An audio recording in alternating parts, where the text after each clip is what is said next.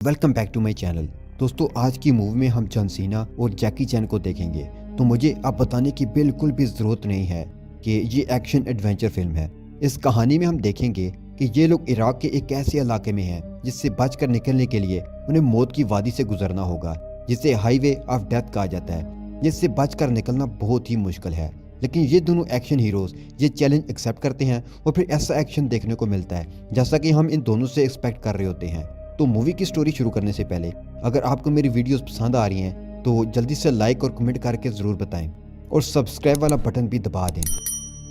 Film शुरू होती है तो हम देखते हैं इराक में एक ऑयल रिफाइनरी जिसे एक चाइनीज़ कंपनी ओन करती है, उस पर ओमन पेडोक अटैक करता है। तो यहाँ ड्रैगन लू फेंग अपनी प्राइवेट सिक्योरिटी टीम की मदद से बिल्डिंग को खाली कर रहा होता है। टीम को लीड करने वाला ये इंसान ड्रैगन लू फेंग वो एक आधी कटी हुई तस्वीर को देख रहा होता है जो कि उसकी फैमिली की है, जिससे मिले उसे कई साल हो चुके हैं। जब वो प्लांट पर पहुंचते हैं तो देखते हैं कि हमलावरों ने इस जगह को बहुत ज्यादा नुकसान पहुंचाया हुआ है। वो लोग कंपनी के हेड मिस्टर शेंग से मिलते हैं जो फौरन उन्हें वहां से निकलने का मंसूबा बताने लगते हैं। उनके पास हाईवे ऑफ डेथ के अलावा जाने का कोई भी रास्ता नहीं था। फार्मर यूएस मैरिन क्रिस अपने भाई हेनरी से मिलता है। हेनरी के साथ कुछ उसके किराए के गुंडे भी होते हैं जिनका क्रिस मजाक उड़ाने लगता है। हेनरी को एक आदमी को अगवा करने के लिए बहुत सारे पैसे मिलते हैं। वो आदमी इंटरनेशनल क्रिमिनल है जिसे ऑयल फैक्ट्री से बचाकर निकाला जा रहा है, मगर क्रिस कहता है कि मैं ये फालतू काम नहीं करूंगा। उसके बाद क्रिस वापस अपने गांव में आ जाता है जहां वो कुछ यतीम बच्चों का ख्याल रखता है। उनका मोटर पंप खराब था इसलिए ओन उसकी जांच करता है। खराबी कुछ ज्यादा ही थी इसलिए उसे ठीक करने में भी बहुत पैसे लगने वाले थे, जिसकी वजह से क्रिस अपने भाई की दी हुई ऑफर मान लेने का फैसला करता है। प्लांट में लू और उसकी टीम एक प्लान तैयार करती है किसी तरह से सिक्योरली हम यहाँ के एम्प्लॉयज को बचा कर ले जा सकते हैं। इन्हीं एम्प्लॉयज के दरमियान वो इंटरनेशनल क्रिमिनल भी है। यहाँ दूर से मी नाम की एक एम्प्लॉय इनको देख रही होती है। अगली सुबह वो प्लांट के तमाम कंप्यूटर को बंद करके उनकी एक्सेस चाबी को अपने बैग में डाल लेती है। सिक्योरिटी टीम इन सब एम्प्लॉयज को लेकर बाहर खड़ी बसों में बिठा रही होती है, लेकिन उन्हें ये नहीं पता था कि एक गद्दार ने इस बस पर निशान बना दिया था जिसमें कंपनी का लीडर शेंग सफर कर रहा था। मी को लू की बस में बैठकर जाना होता है, जिससे वो बिल्कुल भी हैप्पी नहीं थी। हेलीकॉप्टर भी बसों के साथ ग्रीन जोन की तरह रवाना होते हैं। कुछ ही देर के बाद बसें सड़क पर अकेली होती हैं। अचानक मी के हाथ से किताब गिर जाती है और उसमें से एक आधी कटी हुई तस्वीर निकलती है और उसे पता चलता है कि ये लू की बेटी है। लू के पास इस कटी तस्वीर का आधा हिस्सा था। लू बात करने की पूरी कोशिश करता है लेकिन मी बहुत नाराज होती है। वो अपने डैड को नजरअंदाज कर देती है। कुछ घंटों बाद हाईवे ऑफ डेथ पर पहुंच जाते हैं। वहां सड़क के किनारे बहुत सारी जली हुई खराब गाड़ियां पड़ी रहती हैं और इस रास्ते पर बहुत सारे जाल बिछे होते हैं। वहां कुछ बच्चे भी होते हैं जो मदद की भीख मांगते हैं, लेकिन वो भी एक जाल है। उनके रास्ते को दो कारों ने ब्लॉक किया हुआ था, लेकिन लू उन्हें टक्कर मारकर रास्ता बना लेता है और वहां से निकल जाता है। उसके बाद किनारे पर खड़ी हुई कारें ब्लास्ट होने लगती हैं, लेकिन कोई भी बस रुकती नहीं है क्योंकि ये जानते हैं कि ये सब एक जाल है। मी को परेशान देकर लू कहता है कि तुम डरो मत, मैं तुम्हें कुछ भी नहीं होने दूंगा। वो कहती है कि मैं जानती हूँ कि आपको अपनी फैमिली से कोई भी फर्क नहीं पड़ता। यहाँ आप सिर्फ अपने मिशन को पूरा करने आए हो, वरना आप मुझे और मॉम को ऐसे छोड़कर नहीं जाते। कुछ देर चलने के बाद एक रेत का तूफान नजर आता है, मगर उसे देखकर वो लोग हैरान थे कि वेदर फोरकास्ट में तो आज का दिन बहुत साफ था। उनके पास दूसरा कोई रास्ता तो था नहीं, इसलिए इस तूफान से लड़ते हुए अपना रास्ता तय करने लगते हैं। लू कहता है कि ये कोई आम तूफान नहीं लग रहा। तभी सारी बसेस का एक दूसरे से राब्ता खत्म हो जाता है। अगले ही पल मी को तूफान में कुछ नजर आता है। यहाँ हमें पता चलता है कि क्रिस और उसके साथी बसेस का पीछा कर रहे हैं। बस पर बने निशान की वजह से उन्हें आसानी से पता चल जाता है कि किस बस को टारगेट करना है। वो लोग उस बस पर एक हुक शूट करते हैं और सीढ़ी का इस्तेमाल करके वो लोग उस बस के ऊपर चढ़ जाते हैं। क्योंकि उनकी कार में अब कोई नहीं था, इसलिए वो अपना बैलेंस खोकर बस के आगे वाले शीशे में क्रैश हो जाती है और उसे टूटे हुए शीशे में से दो लोग अंदर आ जाते हैं और वो लोग अंदर आते ही वहाँ की सिक्योरिटी टीम पर भारी पड़ जाते हैं और फिर बसेस भी खुद ही चलाने लगते हैं। इसी दौरान एक दूसरी बस पर भी वो किराए के गुंडे हमला कर देते हैं, मगर यहाँ की सिक्योरिटी उनका डट कर मुकाबला करती है। मगर कुछ देर की लड़ाई के बाद वो फिर से उन पर भारी पड़ते हैं। अब वो आहिस्ता आहिस्ता करके सारी बसेस पर अटैक कर रहे थे और मी की बस पर भी वो अटैक कर देते हैं। फाइट के दौरान एक गार्ड मी पर अटैक करता है। इसी फाइट के दौरान मी बस की पिछली खिड़की से बाहर गिरती है, मगर उसकी किस्मत अच्छी थी कि पीछे से आती हुई बस उसके ऊपर से निकल जाती है। उसके बाद गुंडे इस बस को भी चलाने लगते हैं। उसके बाद वो इस बस को सड़क से नीचे उतार लेते हैं और हेनरी बस के कुछ मुसाफिरों को बंदी बना लेता है। मगर क्रिस इस बात से नाखुश होता है क्योंकि किसी भी एंगल से ये लोग मुजरिम नहीं थे, बस नॉर्मल लोग ही थे। हेनरी कहता है कि तुम सब्र करो। कुछ देर बाद बाकी की बसेस इस तूफान से बाहर आ जाती हैं और तब उन्हें पता चलता है कि उनकी दो बसेस गायब हैं। लू उनसे राब्ता करने की कोशिश करता है मगर नाकाम रहता है। उसके बाद हेलीकॉप्टर वहाँ आता है जिसमें लू और उसकी बेटी मी बैठ जाते हैं। उन्हें पता चलता है कि गुंडों ने इंजन का इस्तेमाल करके वो नकली तूफान बनाया था। थोड़ी देर में उन्हें अपनी एक बस नजर आती है और उस बस की गार्ड उन्हें बताती है कि इन सब के पीछे अमेरिकन का हाथ है। दूसरा हेलीकॉप्टर दूसरे रास्ते जाता है जहां उसे इन अमेरिकन गुंडों की कार नजर आती है। दोनों तरफ से गोलियां चलने लगती हैं जिससे एक अमेरिकन कार ब्लास्ट हो जाती है। क्रिस एक बेहतरीन ड्राइवर होता है, वो सारे हमलों से बचता हुआ ऐसी जगह ढूंढ लेता है जहां से वो हेलीकॉप्टर पर आसानी से गोली चला सकता था। तभी एक हेलीकॉप्टर क्रैश हो जाता है। दूसरी तरफ बाकी की टीम इन बसेस को लेकर ग्रीन जोन की तरफ जा रहे होते हैं। लू का हेलीकॉप्टर खोई हुई दूसरी बस को भी ढूंढ लेता है जहां उस बस के ज्यादातर मुसाफिर अंदर ही मिलते हैं, मगर उन्होंने शेंग और उसके असिस्टेंट को उतारकर बंदी बना लिया था। क्रिस अपने भाई हेनरी पर गुस्सा करता है कि डील तो किसी इंटरनेशनल मुजरिम को पकड़ने की हुई थी, तो उन्हें मासूम लोगों को क्यों पकड़ा है। तब उन्हें पता चलता है कि ये काम ओवन ने करवाया है, जो इस ग्रुप का लीडर है, जो बार बार ऑयल रिफाइनरी पर हमला करवाता था।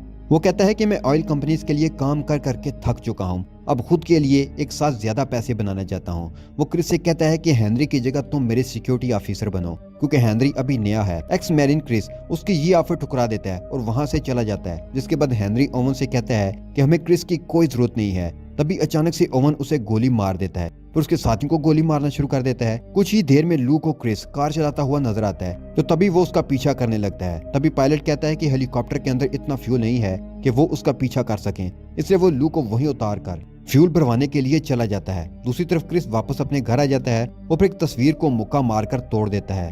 फिर वो अपने गुस्से को कम करने के लिए यतीम बच्चों के साथ खेलने लगता है और तभी वहाँ लू आ जाता है। लू क्रिस से कुछ सवाल करता है, लेकिन क्रिस जवाब देने में दिलचस्पी नहीं लेता। जब एक बच्चा क्रिस से गेंद मांगता है तो लू नहीं चाहता कि वो डर जाए, इसलिए वो वहाँ से जाने का ड्रामा करता है। दरअसल वो अब भी छुपकर क्रिस पर नजर रख रहा था। उसके बाद क्रिस अपनी कार में बैठकर हेनरी से मिलने जाता है, लेकिन बिल्डिंग में जाने के बाद क्रिस को अपने भाई की लाश दिखाई देती है जिसे ओवन ने वहां पर छोड़ा था, सिर्फ क्रिस को नीचा दिखाने के लिए।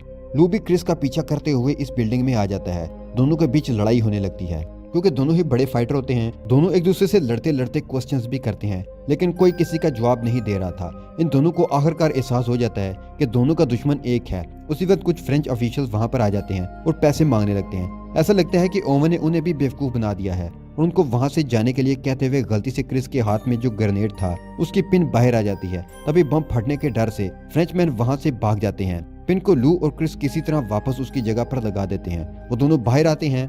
फ्रेंचमैन अपने ट्रक में बैठकर लू और क्रिस पर अंधाधुंध फायरिंग शुरू कर देते हैं। उसके बाद वो दोनों मिलकर इन फ्रेंच सोल्जर्स का सामना करते हैं। लू उसे ग्रेनेड दे देता है जिसे क्रिस बाहर फेंक देता है और फायरिंग रुक जाती है। मौका देखते ही लू अपनी गन क्रिस पर तान लेता है और उससे जवाब मांगने लगता है। क्रिस कहता है कि मैं तुम्हें तुम्हारे सारे जवाब दे दूंगा, तुम मेरे साथ चलो। क्रिस की कार भी पूरी तरह तबाह हो चुकी होती है। वहां से जाते हुए वो कुछ ग्रेनेड का इस्तेमाल करके उस बिल्डिंग को तबाह कर देते हैं और वहां से भागते भागते क्रिस लू को सारी बात बता देता है। अगले सीन में ओवन शेंग और उसके साथियों को लेकर रिफाइनरी में लेकर जा रहा होता है, क्योंकि रिफाइनरी के अंदर जितना भी ऑयल रिजर्व रखा था उसको वो कब्जे में लेना चाहता था। शेंग उसकी मदद करने से साफ इनकार कर देता है, लेकिन तभी ओवन उसके एक साथी को गोली मार देता है और फिर वो जिस बंदे को गोली मारने वाला था वो शेंग का बेटा है, इसलिए शेंग ओवन की बात मान जाता है। शेंग कहता है कि इन कंप्यूटर्स की एक्सेस की एक बैग में डाली गई थी और वो बैग मेरे पास नहीं है। शेंग का बेटा कहता है कि आप बैग में रखे फोन को ट्रैक कर सकते हो, जिससे आपको बैग मिल जाएगा। दूसरी तरफ क्रिस के गांव में लू और क्रिस यतीम बच्चों का हाल देखने के लिए आते हैं। अगले सीन में मी के पास जो बैग था उसमें रखे फोन पर कॉल आती है। जैसे ही वो कॉल उठाती है, कॉल काट दी जाती है। लू अपनी टीम को कॉल करके कंफर्म करता है कि सभी सिक्योरली ग्रीन जोन में पहुंच चुके हैं कि नहीं। उसके बाद वो देखता है कि क्रिस बच्चों के साथ बिल्कुल बच्चा बनकर रहता है। फिर बच्चों का दिल बहलाने के लिए वो भी क्रिस का साथ देने लगता है। फिर वो दोनों खाना खाने चले जाते हैं, जहाँ क्रिस बताता है कि मुझे मी की बुक मिली थी। लू पूछता है कि तुम जानते हो मी कौन है? क्रिस बोलता है नहीं, मैं नहीं जानता। लू कहता है कि मी मेरी बेटी है, हालांकि आजकल हमारे रिलेशन में कुछ अनबन है क्योंकि वो पुरानी बात को लेकर मुझसे नाराज है। क्रिस कहता है कि मुझे आज भी मेरे डैड की याद आती है, वो अपने मुल्क के लिए लड़ते हुए जंग में शहीद हो गए थे। लू कहता है कि मुल्क की हिफाजत यानी अपने खानदान की हिफाजत, डैड तुम्हारी हिफाजत करते हुए शहीद हुए थे। इन दोनों को इस बात को मी ने सुन लिया था और उसकी अपने डैड को लेकर नाराजगी खत्म हो चुकी थी। अगले दिन गांव में बाहर के कुछ लोग आते हैं। मी बच्चों को लेकर महफूज जगह पर जाने लगती है। लू और क्रिस इन गुंडों की तरफ जाने लगते हैं। ये ओवन ने भेजे थे। क्रिस एक बंदे पर दीवार तोड़कर हमला करता है। दूसरी तरफ लू छत पर एक स्नाइपर को मार देता है, मगर दूसरा शूटर लू को सरेंडर करने के लिए कहता है। उसी वक्त वहां पर क्रिस आ जाता है, जिससे वो छत गिर जाती है और वो दोनों मौका देकर छुप जाते हैं। दूसरे बंदे के आने का इंतजार करने लगते हैं। उसके आते ही लू इशारा करता है और क्रिस उस पर अटैक करके उसे भी मार देता है, मगर क्रिस लू के दूसरे सिग्नल को नहीं समझ पाता, जिसकी वजह से गुंडे क्रिस को शूट करने वाले होते हैं कि लू आ जाता है और क्रिस की मदद करता है। उसके हाथों गुंडों को मरवा देता है। क्रिस अब छत से निगरानी करता है और लू जमीन पर रहकर उसे जो भी दिखता है उसे मारने लगता है। ये दोनों इन सब पर भारी पड़ रहे थे, लेकिन दुश्मनों को क्रिस के लोकेशन पता चल जाती है और वो उस पर रॉकेट लॉन्चर से अटैक करते हैं, जिसकी वजह से क्रिस छत से गिर जाता है, लेकिन लकीली वो टूटे हुए टावर को अपने ऊपर गिरने से पहले ही दूर हो जाता है। क्रिस और मी के पास जाता है और उससे शेंक का फोन ले लेता है, जिसे वो ओवन के भेजे हुए आदमियों को दिखाने लगता है कि ये रहा फोन, ले लो। अब गांव के सभी लोग बाहर आ जाते हैं क्रिस और लू की मदद करने के लिए, मगर ओवन का एक आदमी एक ग्रेनेड से लोगों को डराने की कोशिश करता है। वो गुंडे कहते हैं कि हमें कोई खून खराबा नहीं करना, हमें मी का बैग चाहिए। क्रिस उन्हें वो बैग दे देता है, हालांकि मी मना कर रही थी। बैग को लेकर ओवन के आदमी वहां से चले जाते हैं। अगली सुबह मी बताती है कि वो लोग बैग क्यों चाहते थे। शुरू में क्रिस को कोई फर्क नहीं पड़ता था कि अगर कोई पागल कंपनी ऑयल रिफाइनरी पर कब्जा करना चाहता है तो मुझे कोई फर्क नहीं पड़ता, लेकिन मी कहते हैं कि ये कोई छोटा मोटा ऑयल रिफाइनरी नहीं है। अगर इस ऑयल रिफाइनरी की चोरी हो गई तो ये दुनिया की सबसे बड़ी चोरी होगी और इससे सिर्फ कंपनी का नुकसान नहीं होगा बल्कि पूरे मुल्क का नुकसान होगा। ये सुनकर क्रिस मदद के लिए रेडी हो जाता है, जिसके बाद वो उन्हें अपना ट्रक दे देता है। लू मी को वहां आने से मना कर देता है। वो कहता है कि वहां जाना बहुत मुसीबतों से भरा है। मी उन्हें वार्न करती है कि रिफाइनरी में भूलकर भी गन का यूज मत करना, वरना वहां बहुत बड़ा धमाका हो सकता है। जब वो चले जाते हैं तो वो देखती है कि वहां एक और कार खड़ी होती है। बैग रिफाइनरी तक पहुंच जाता है और ओवन उसे शेंक को दे देता है। शेंक फौरन कंप्यूटर ऑन कर देता है। तभी ऑयल पाइप के जरिए बंदरगाह में खड़े एक जहाज में जाने लगता है। क्रिस और लू जब वहां जाते हैं तो गार्ड उन पर फायरिंग करना शुरू कर देते हैं और रॉकेट लॉन्चर से भी अटैक करते हैं। क्रिस माहिर ड्राइवर होता है। वो हमलों से बचता हुआ तमाम बैरियर्स को तोड़ता हुआ रिफाइनरी में इंटर हो जाता है, मगर खुद को सामने वाले ट्रक से बचाते हुए वो पास में खड़े स्टैंड को टक्कर मार देता है, जिससे वहां धूल का बादल सा फैल जाता है और सबको पता चल जाता है कि क्रिस और लू आ चुके हैं। ओवन कंप्यूटर से चाबी निकाल लेता है ताकि कोई कंप्यूटर को बंद करके तेल की सप्लाई को ना रोक सके और अपने कुछ पर्सनल गार्ड्स के साथ वो वहां से निकल जाता है। दूसरी तरफ लू और क्रिस बड़ी बहादुरी से गार्ड्स का सामना कर रहे होते हैं। वहां मौजूद कोई भी गार्ड इन दोनों जितना काबिल नहीं होता और मजबूरन वो गन का यूज भी नहीं कर सकते थे, इसलिए गार्ड्स को ऐसे ही लड़ाई करनी पड़ती है, जिससे ये दोनों उन पर बहुत भारी पड़ते हैं। क्रिस और लू एक दूसरे की मदद करते हुए गार्ड से लड़ाई करते हैं। आखिरकार वो बिल्डिंग के मेन एरिया में आ जाते हैं। वहाँ पर एक गार्ड पहले ही उनका वेट कर रहा था, मगर लू उसका ध्यान भटकाता है और क्रिस उस पर अटैक करता है। इस मौका का फायदा उठाकर लू शेंग और उसके बेटे को वहाँ से भागने का कहता है, जिसके बाद वो दोनों इस गार्ड का मुकाबला करते हैं। क्रिस बात करके गार्ड का ध्यान भटकाता है और लू उस पर अटैक करता है। लू कहता है कि मैं इस गार्ड को संभाल लूंगा और क्रिस कहता है कि ओवन को मैं देख लूंगा, मगर ओवन कार में बैठकर वहां से चला जाता है। तभी मी वहां पर आ जाती है, जो क्रिस को अपने साथ बिठाकर ओवन का पीछा करने लगती है। रिफाइनरी में लू गार्ड के साथ फाइट कर रहा था। शेंग उसे दूर से देखता है। लू से कहता है कि यहाँ से निकल जाओ। उसी वक्त एक गार्ड शेंग के पीछे भागने लगता है। तभी लू आग बुझाने वाली फोम गन का इस्तेमाल करता है और उस गार्ड को शेंग का पीछा करने से रोक देता है, लेकिन बदकिस्मती से वो गन भी टूट जाती है, जिसकी वजह से लू को ही चोट लगती है। वो नीचे गिर जाता है और उसके बाद पूरे एरिया में फोम गिरने लगती है। लू एक तार को अपने बेल्ट में अटैच करता है ताकि वो नीचे गिरकर इस फोम में डूब ना जाए। वो गार्ड अभी भी उस पिलर पर चढ़कर भागने की कोशिश कर रहा था, मगर वो गार्ड ज्यादा देर तक लू का सामना नहीं कर पाता। दूसरी तरफ रोड पर ओवन और क्रिस के दरमियान फायरिंग हो रही थी। ओवन की गन की गोलियां खत्म हो जाती हैं, इसलिए वो अपनी कार को सड़क से नीचे उतार लेता है, क्योंकि उसको लगा था कि क्रिस की पुराने जमाने की कार उसका पीछा नहीं कर पाएगी। उनके सामने एक रेत का टीला आता है। ओवन की कार उसे आसानी से कवर कर लेती है, मगर मी की कार क्रैश हो जाती है। मी और क्रिस को समझ नहीं आता कि अब वो क्या करें, मगर तभी वहां लू आ जाता है उस जेट वाले ट्रक को लेकर। क्रिस कहता है कि ये ट्रक तो बहुत आहिस्ता चलता है, हमें इसकी स्पीड बढ़ानी होगी, इसलिए हमें इसमें लगे जेट इंजन को ऑन कर देना चाहिए। और एक बटन को दबाते ही वो जेट ऑन हो जाता है। ट्रक की रफ्तार बहुत तेजी से बढ़ने लगती है। उसकी स्पीड की वजह से एक आयल ले जाते हुए ट्रक से हो जाती है, जिसकी वजह से वहां मौजूद सारे ट्रक फट जाते हैं और आगे चल रही ओवन की कार भी क्रैश हो जाती है। ओवन का ड्राइवर वही मारा जाता है, मगर ओवन बच जाता है। ओवन मरना नहीं चाहता था, इसलिए वो क्रिस को बहुत बड़ी रकम ऑफर करता है, लेकिन क्रिस मना कर देता है, जिसके बाद ओवन ड्राइवर की सीट पर बैठकर वहां से चला जाता है। लू उसके पीछे जाना चाहता था, मगर ट्रक का टैंक लीक कर रहा था और वहां कीचड़ हो जाता है। क्रिस इस ट्रक के साइड में लगे कुछ बटन्स प्रेस करता है, जिसके बाद ट्रक के साइड में 2 प्लेटफॉर्म्स आ जाते हैं और ट्रक कीचड़ से बाहर आ जाता है और ट्रक जेट इंजन की मदद से रेगिस्तान में स्लाइड करने लगता है। उसके बाद वो लोग ओवन की कार को टक्कर मारकर घसीटते हुए एक खाई की तरफ ले जाने लगते हैं, लू कहता है कि इस तरह से हम सभी खाई में गिर जाएंगे, मगर क्रिस को कुछ सुनाई नहीं देता। उसके बाद लू खुद को और मी को एक रस्सी से बांध लेता है और ट्रक के खाई में गिरने से पहले वो दोनों ट्रक से कूद जाते हैं। ट्रक के साथ क्रिस भी नीचे गिर जाता है। तब वो देखते हैं कि उनकी रस्सी ओवन की कार में उलझी हुई है। ओवन सोचता है कि मेरे साथ ये भी मारे जाएंगे, लेकिन लू मौका देखते ही इस रस्सी को खोल देता है। उसके बाद मी और लू क्रिस को बुलाने लगते हैं, लेकिन उसकी तरफ से कोई जवाब नहीं आता। उसके बाद लू अपनी जेब में रखी उस नोटबुक की पिक्चर को देखता है जिसके दोनों टुकड़े किसी ने जोड़ दिए थे।